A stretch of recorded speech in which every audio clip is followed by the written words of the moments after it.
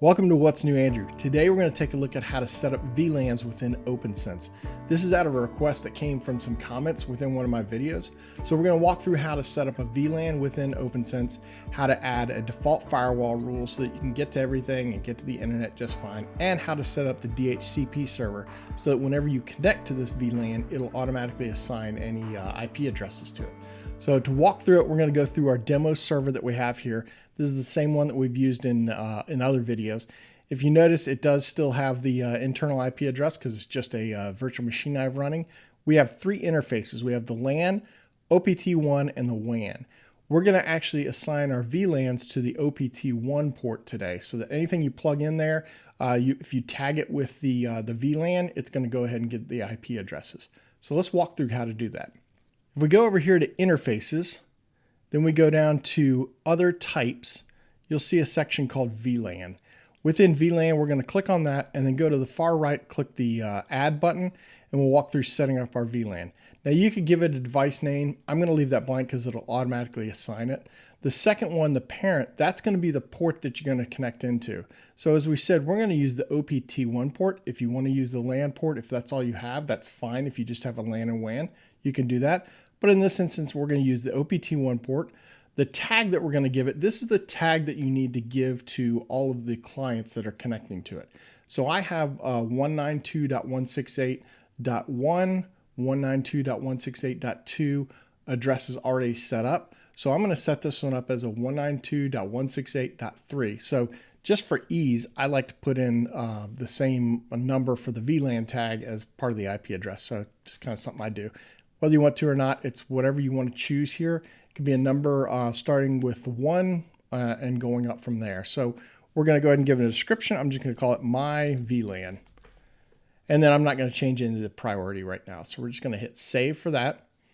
And we'll hit apply. And if you notice now, it's saying that it's going to, it gave it that name we talked about. So VNet2 is what it assigned it. It's going to put it on the OPT1 port. We're going to give it a tag. So anything that you're connecting to it, you want to tag with a 3. And then we're just calling it my VLAN. So now we need to go up and actually assign this VLAN to make sure that it's ready to go. So we go up to assignments under interface. And here in the bottom where it says assign a new interface, if you look in the dropdown, you should see at least this one. You may have other ones in there, but we're going to go ahead and select this one here. That's the one we just created. And I'm going to call it VLAN 1 because that's what we're creating. And we'll hit add and you'll see that it shows up here in the top now.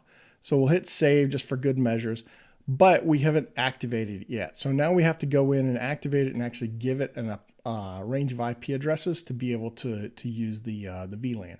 So let's click on the interface and we'll say enable. And this is where we're going to go in and tell it the details about this VLAN. I'm going to give it a static IPv4 address. If you use IP6, you can do that as well, but I'm just going to be using IPv4 here. And then down here in the bottom, this is where we're going to give it that IP address. So it's 192.168.3.1. So the reason why it's .3 in this case is because, again, my LAN is .2.1, my OPT1 is .3, and my LAN is .1.1. My OPT1 is .2.1, so I'm just making this .3.1. So then we're going to give it a /24, and that'll mean that everything where this .1 can go from 1 to 254 or 255. So you can get all the addresses there. So that's a /24 range there, and we'll hit save. Now hit apply changes, and now as soon as it's done, we can go back to our assignments and we'll see that we have everything set up. We have all of our interfaces, but now we need to set up a firewall rule and we need to set up the DHCP server. So let's go ahead and we'll close down interfaces, go to firewall and rules. And within here, you should see your VLAN, whatever you named it. Here, we'll click on it. It doesn't by default have any firewall rules here. It may work depending on what other rules you have set up or any floating rules. But I always like to, on a new one, just hit add. We aren't going to change anything. We're just going to say pass for the action. And we're going to scroll down to the bottom and say save. And what this is doing is this is setting up a wide open rule. I'm going to have another video that's going to do some zero trust between different subnets. But right now, we just need to get access to everything to set this up and be ready to go. So right now it's saying that anything on that network can go out and get connections to anything else. So we'll hit apply changes there. And now you've got your firewall rules set up. So this is a default firewall rule, open to anything. The next thing we're going to do is we're going to set up our DHCP server. So to do that, we're going to go down to services and the DHCP v4 and go down to our VLAN. So again, the same thing we had, you should see it down here. We're going to enable the DHCP server. And now we have to set up a range. So what are those addresses that you want to have that are assigned to clients when they connect?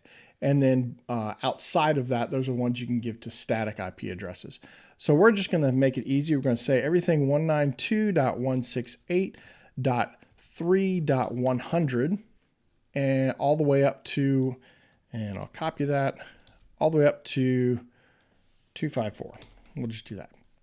So now it's saying anything that connects is going to get an IP address assigned from 100 to 254. We're going to leave everything else the same. We're not going to change any of the DNS servers or anything like that. Right now, I just have OPNsense managing. I've got some other videos that walk through DNS over TLS, so you can look at those. But by default, we're just going to leave this as it is, which means it's going to use OPNsense as the DNS resolver. And since I already have that set to DNS over TLS, it'll forward those queries out. So we'll scroll on down to the bottom. We're going to hit save. And then now if we look over here, we should have everything set.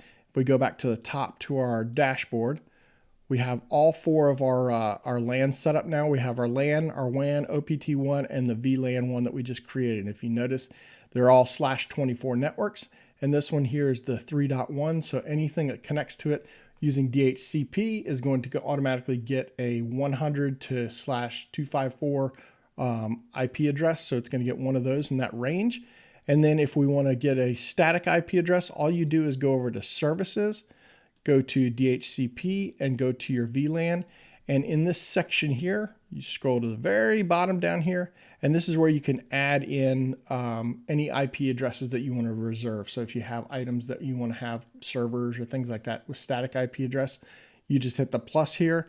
You'll add in their MAC address here, whatever IP address you want to reserve for that. Hit save, apply, and you'll have static IP addresses. So there you go. Now you've got your VLANs all set up. If you need more, just repeat this process over and over again for as many VLANs as you need. And I hope you found this video useful. If you did, give it a thumbs up, hit that subscribe button, and I'll see you in the next video.